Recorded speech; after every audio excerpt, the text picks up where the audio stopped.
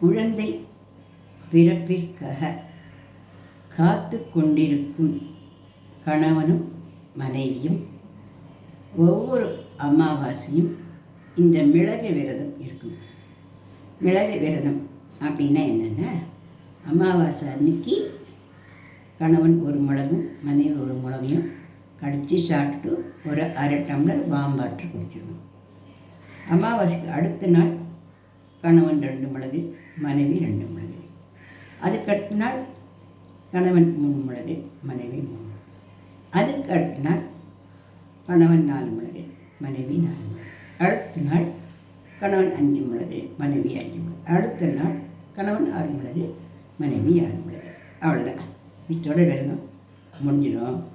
ஆனால் 6 மிளகையும் அப்படியே ஒன்றா போட்டு 3 மிளகா 6 அப்படியே கொத்து கொத்தாக போட்டு கடிச்சு காரம் பத்திக்கெல்லாம் சாப்பிட வேண்டாம். ஒரு மிளகா கடிச்சு சாப்பிட்டோம். இது என்ன பண்ணும் அப்படின்னா, விஞ்ஞான ரீதியாக ஹார்மோன்ஸில் இருக்கக்கூடிய குறைபாடுகளை கம்ப்ளீட்டாக நீக்கும். ஹார்மோன்ஸில் இருக்கக்கூடிய நச்சுத்தன்மைகளெல்லாம் இது போக்கும்.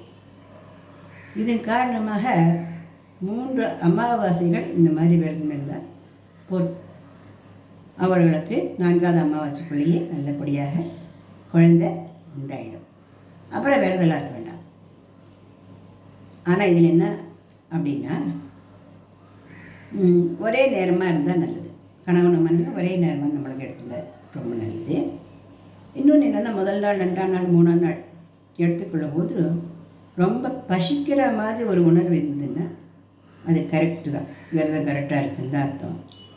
ஆனால் காத்தால் பிரேக்ஃபாஸ்ட்டு, மதியம் லஞ்சு, நைட்டு டின்னரோடு நிறுத்திக்கணும்.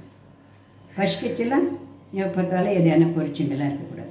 பசிக்கும் நேரமெல்லாம் நிறைய தண்ணியை குடிக்கணும். கணவனாக இருந்தாலும் மனைவியாக இருந்தாலும் 3 வேளை சாப்பிடலாம். 3 வேளை சாப்பிடலாம். அது சாப்பிடாம நிறுத்த வேண்டாம். மீதி நாளெலாம் ரொம்ப பசிக்கிற மாதிரி இருந்ததுன்னா அது நல்ல சிம்டம்ஸு. அப்போ நம்ம என்ன பண்ணணும்னா, நிறைய தண்ணியை குடிச்சிக்கணும்.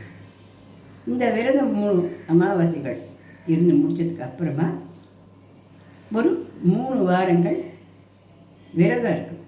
இந்த விரதம் எப்படி அப்படின்னா, காலையில் ஒரு வேளை சாப்பிடலாம். அதாவது காலையோ மதியமோ ஏதாவது ஒரு வேளை சாப்பிடலாம். நைட்டில் சாப்பிடக்கூடாது. பழம் பால் தான் எடுக்கணும். என்றைக்கு விரதம் இருக்குமோ அன்றைக்கி தலைக்கு நல்லா ஷாம்பு பாத்து போட்டு நல்லா குளிச்சுடலாம். இல்லை சிகைக்காய் போட்டு கொடுத்து குளிச்சுக்கலாம். இது ஒவ்வொரு வெள்ளிக்கிழமையும் கணவன் விரதம் இருக்கணும். ஒவ்வொரு வியாழக்கிழமையும் மனைவி விரதம் இருக்கணும். 3 வாரங்கள் இருந்தால் போதும். அதுக்குள்ளேயுமே அவளுக்கு நல்ல பலன்கள் கண்டிப்பாக கிடைக்கும். பலன் கிடைச்சதுக்கப்புறம் நம்ம என்ன பண்ணணும் அப்படின்னா, தொட்டமுள்ளூர் கிருஷ்ணன் அவரை போய் சேவிக்கிறேன், குழந்தை பிறந்தது குழந்தையோட அப்படின்னு வேண்டிக்கணும். கர்ப்பரட்சகாம்பிகா நான் வணங்குறேன்.